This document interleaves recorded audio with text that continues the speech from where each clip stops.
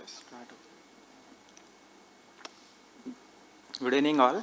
My today's topic is thank you first for the opportunity given. Today's topic is phase 3 trial of addition of cabozantinib to doublet immune checkpoint inhibitors, nivolumab and ipilimumab, Cosmic 313, which was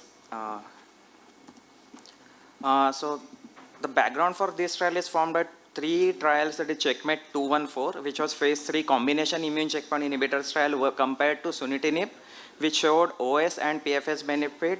Overall response rate as well as duration response was better with doublet.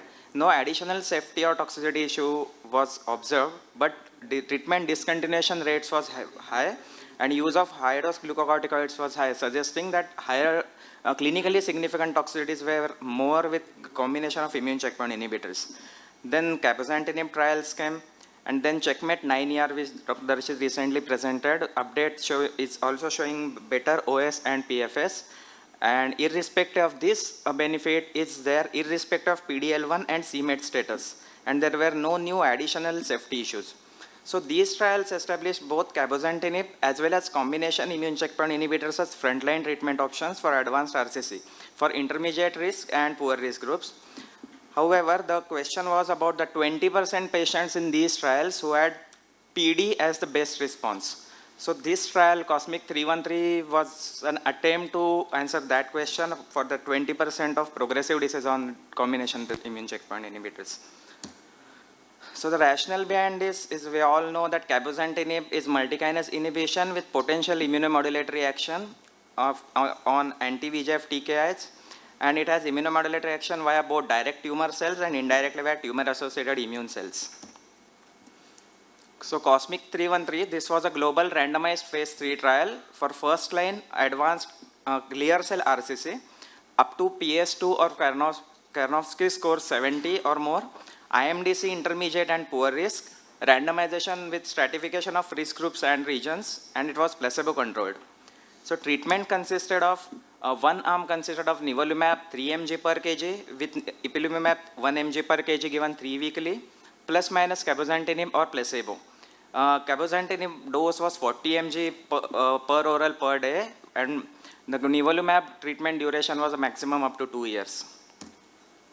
This is the 1:1 randomization design. One prior adjuvant systemic therapy was allowed for completely resected RCCs, and pardon this mistake, if recurrence occurred after 26 weeks after the last dose of adjuvant, the treatment of inclusion was allowed.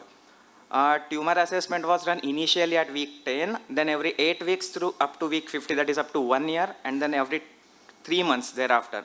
And discontinuation of one agent did not mandate discontinuation of all agents. Baseline characteristics were almost similar. Median age was 60. Baseline was also stratified for PDL1 status, intermediate and poor risk stratification, prior nephrectomy status, common metastatic sites, and primary endpoint was PFS for first initial 550 patients. It was blinded independent central review. Secondary endpoint was OS, which is yet to be presented officially, and additional endpoints were overall response rate, duration of response, and safety for all randomized patients, that is intent to treat population.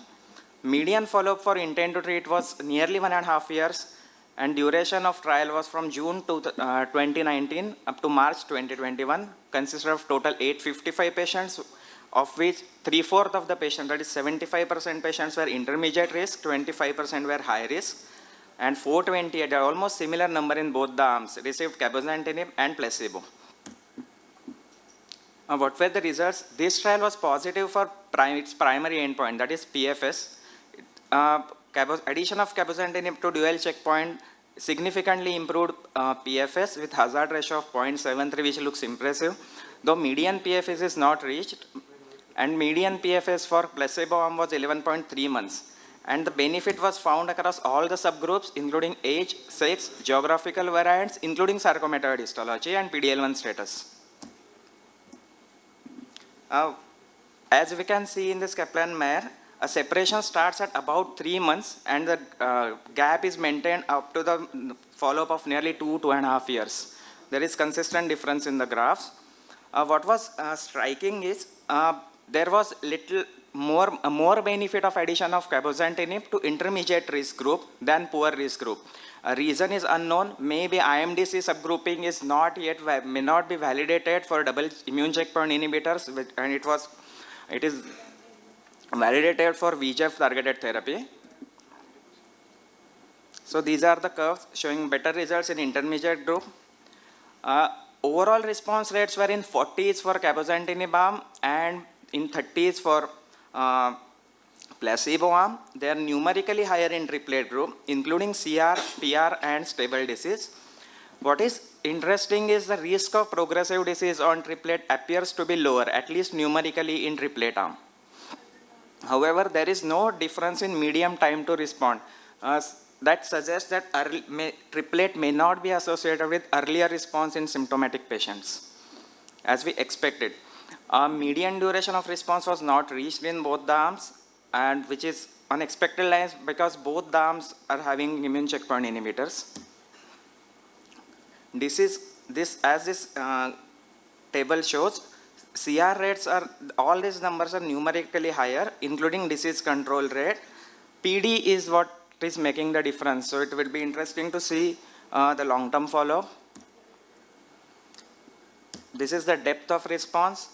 But what about toxicities? On expected lines, addition of third agent, there were significantly higher rates for grade 3 and 4 toxicities, more than 70% in cabozantinib arm and 41% in placebo arm.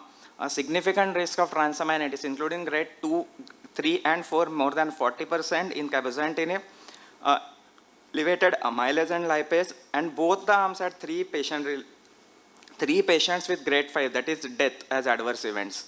Probably it was immune-related and immune-related hepatitis. One death was immune-related hepatitis and one is myocarditis. 2 of the deaths were within 30 days of the last treatment duration and one was after 100 days of the treatment. So these are the common side effects: AST, ALT elevation, diarrhea, expected on the line of cabozantinib. For cabozantinib, immune-related fatigue and lipase amylase elevation. Median response, treatment exposure and duration. Number of treatments received is relatively lesser in the cabozantinib, nivolumab, ipilimumab arm. So fallout is higher in the triplet arm, probably related to toxicity. Dose holding is also significantly higher in triplet arm. So investigators' conclusion was improved PFS for cabo arm for previously untreated intermediate and poor risk across all subgroups, with greater benefit in interim group, with numerically higher overall response and disease control rate, with manageable safety profiles consistent with individual profiles of given agents, and ongoing follow-up is going on for OS. So does it change current standard of care for me? Probably no. Till OS data is mature, it is difficult to say that this changes the current treatment paradigm. In addition to that, there are significant toxicity, including financial toxicities and increased hospital visits. There are no.